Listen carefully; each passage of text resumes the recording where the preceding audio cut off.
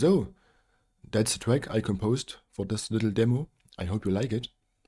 And now I want to talk about a little bit about the processing I did, especially for the drums, of course.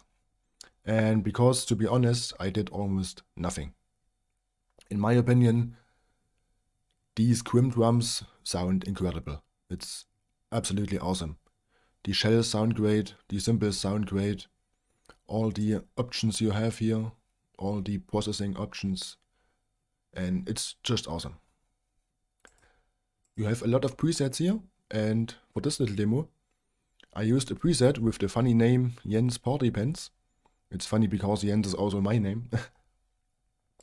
And so I used this preset, and I don't go much into more detail about the processing inside the plugin because there is a video on YouTube from Jens Bogren where he explained all the processing, what's going on inside the plugin.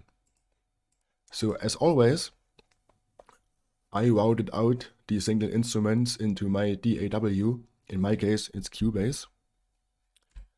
So as you can see here, this is my drum mixer in Cubase. And as you can see here, here are all the single instruments: the kick, the snare, the toms, the head, ride, overhead, room. And at the same time, you can see here on the insert section, I did absolutely nothing on the single instruments. So there's no processing going on. There are two exceptions. One is here, the tom group. And I have two plugins here on the tom group. I'll show you that later. And the other exception is here, the drum group. I have 3 plugins here. And that's it for the drum processing. So all the other processing is inside the KRIMH plugin or the KRIMH library. So let's start with the drum processing. And as I mentioned before, on the single instruments, I did nothing. And let's start with the drum group. So here are 3 plugins. Let's deactivate them all. And the first one is the Better Maker EQ.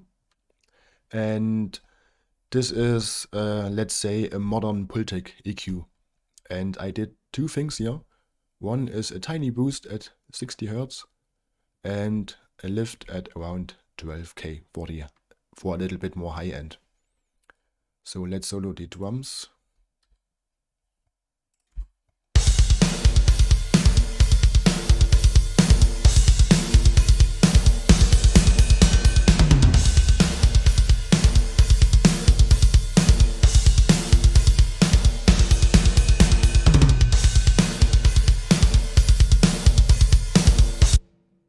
So it's not a big difference, but just a little bit more body and a little bit more high end for the overall drums.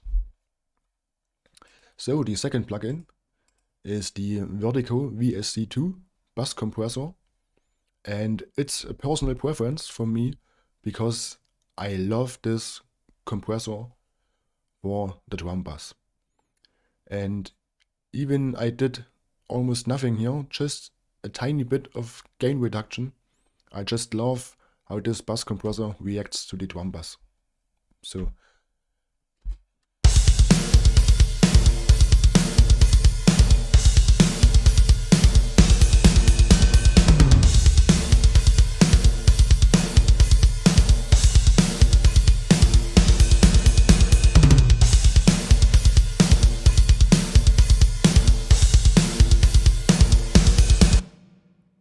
again, a very small difference, but I just love this compressor for the drum bass. It's a personal preference for me. I used a sidechain filter here at 60 Hz, and always make sure you have the makeup gain so that you have the same volume when you compare the drum bass with and without the plugin, so that you have the same volume. Otherwise, you think louder is always better, and that's dangerous. So, and the third plugin is Flatline, but to be honest, this is just for, let's call it safety reasons here. and I did nothing here, there is nothing going on.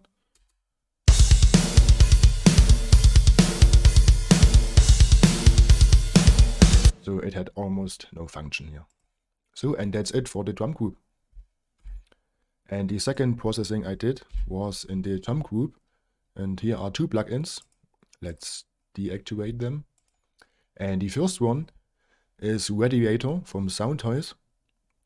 And again, it's a personal preference for me. I love this for the toms, for the tom group or the tom bass. And it gives the toms a little bit more body, a little bit more, I don't know, a little bit more shimmer or high end.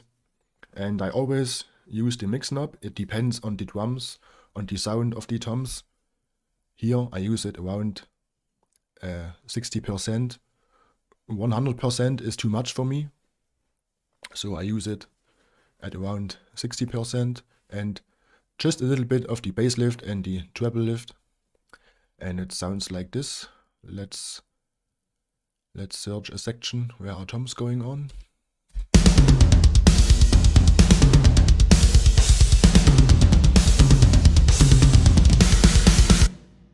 So here's without.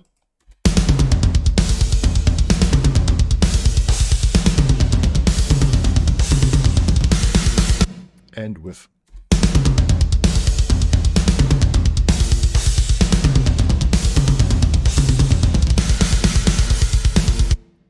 Yeah, let's solo the toms.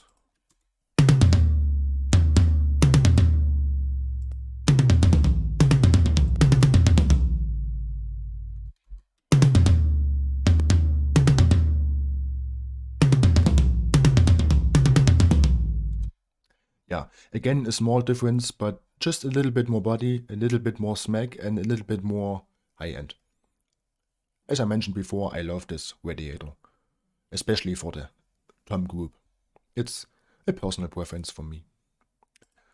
So, and the second one is Flatline for the toms. Let's solo the drums again.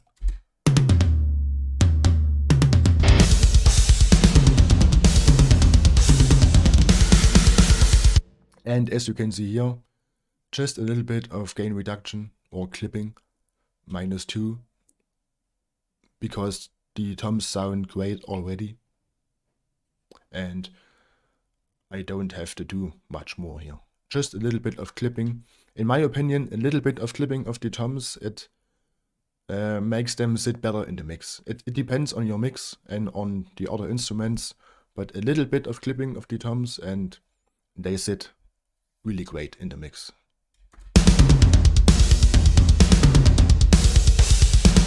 So let's play the full mix.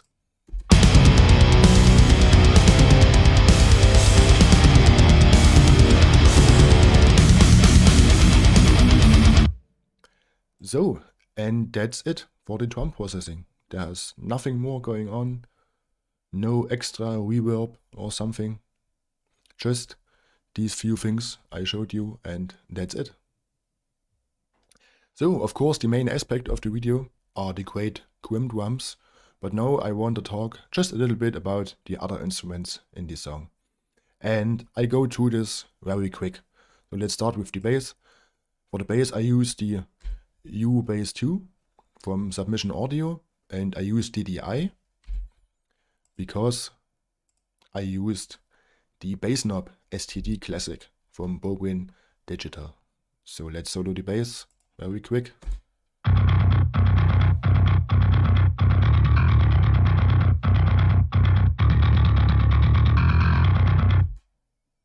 And for the processing, I did just a few EQ moves here, nothing special.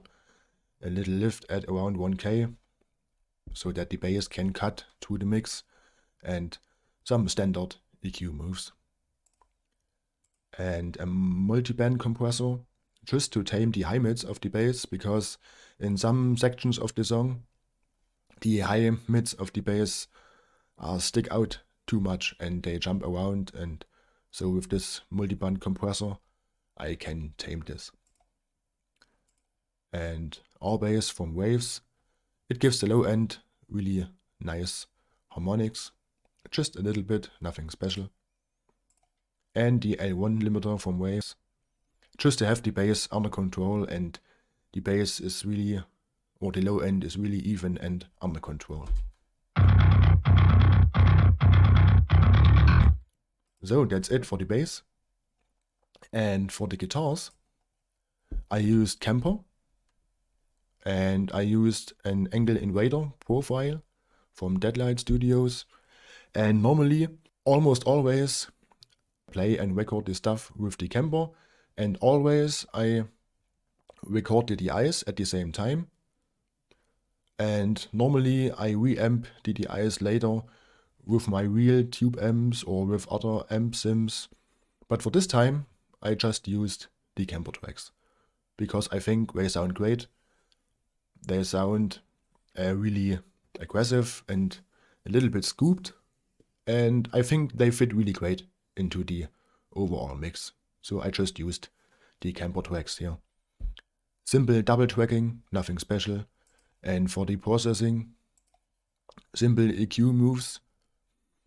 There's one more extreme move here at around 1K. It's about the pick noise and a little bit of a ducky noise. Yeah, it depends on the guitar, the pick you used, and all the different noises, and that's the one little bit more extreme move, and the other stuff is pretty standard here. Here I have a Pultec EQ, just a tiny bit of a high-end lift for the guitars. And again, the great, I think you all know this, the great Andy Sneap trick, the multiband compressor, to tame the palm mutes of the guitar. So, and that's it for the guitar, nothing special here. Let's show you a little section here.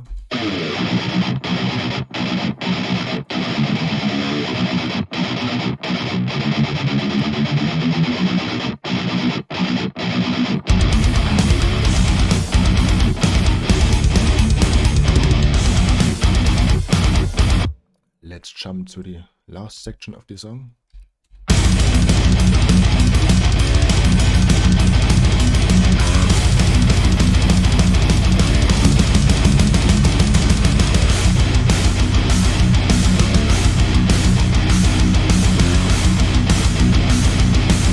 And as you can see here on the multiband compressor, it's just a tiny little bit, but it really gives that clarity to the palm mutes.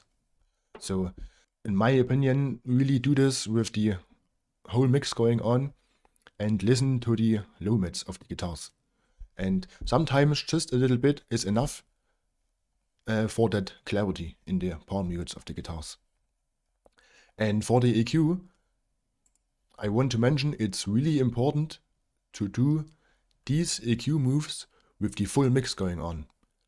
Otherwise, when you do this in solo for too long, your brain is constantly reacting to the frequencies, or to the frequency moves, the frequency shifts, and your brain is going nuts.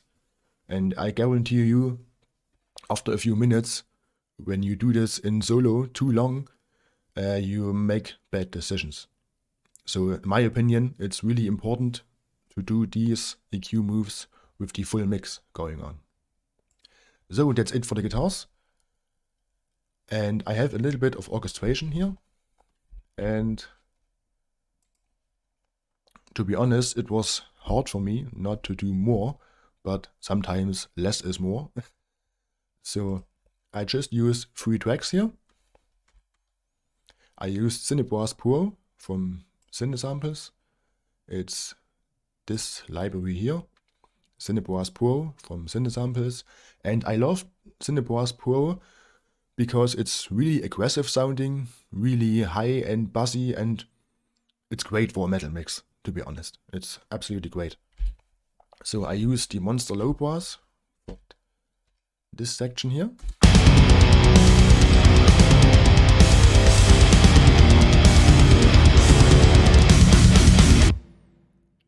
It's just a simple line, yeah.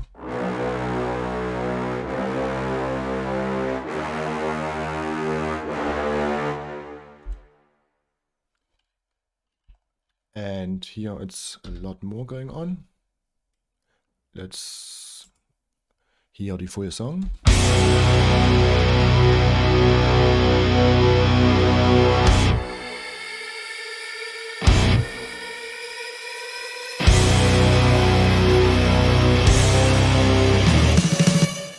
So here again I used the low bars, the longs, and here I also have the low bars, but here these are shorts, and let's solo these two.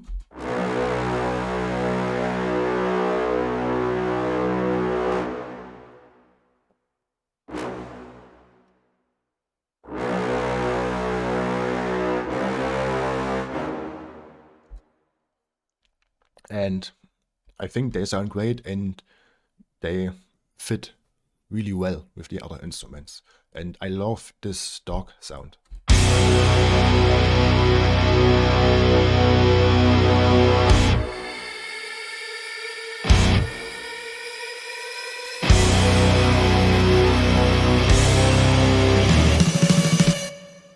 And here on the FX section, I used a riser from Gravity.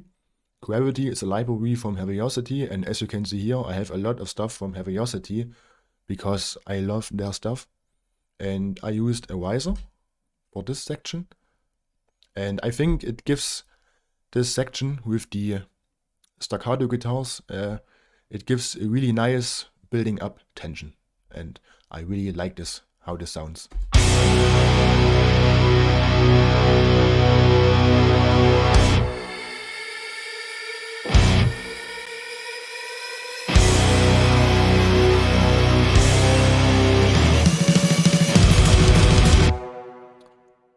And the next section here are the 12 horn ensemble, again from Cinebrass Pro.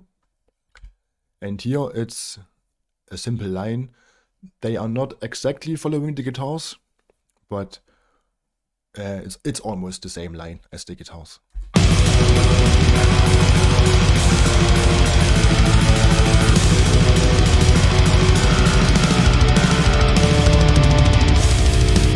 And in combination with the blast beats from the great KRIMH Drums, I think that's a killer combination. I really like this. And there's another section here where I use the 12 horn ensemble.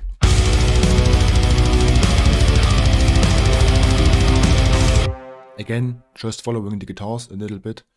It's this riff here.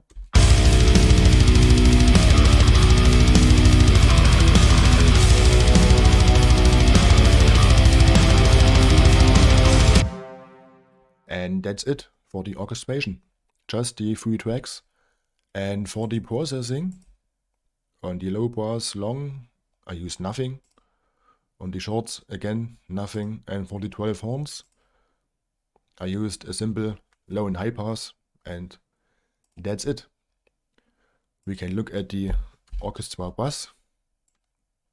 And there is again a little EQ, just to make the orchestra sit in the mix. Just a tiny few adjustments here. And I used a little bit of the Valhalla Room, the Abbey Church of Fossa Nova. I use this as an insert. Sometimes I use this as an insert, sometimes as a send. But for this, I use it as an insert and the mix knob at around 20%. Just to give the low bars a little bit more space. And that's it. And the very last thing is on the end here.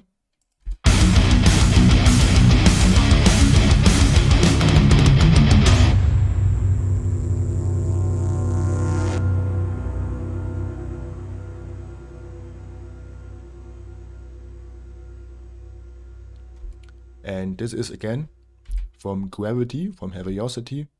And I used the hits breakout menu.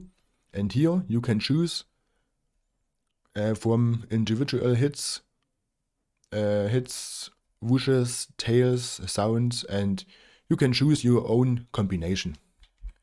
So I chose 3 sounds here.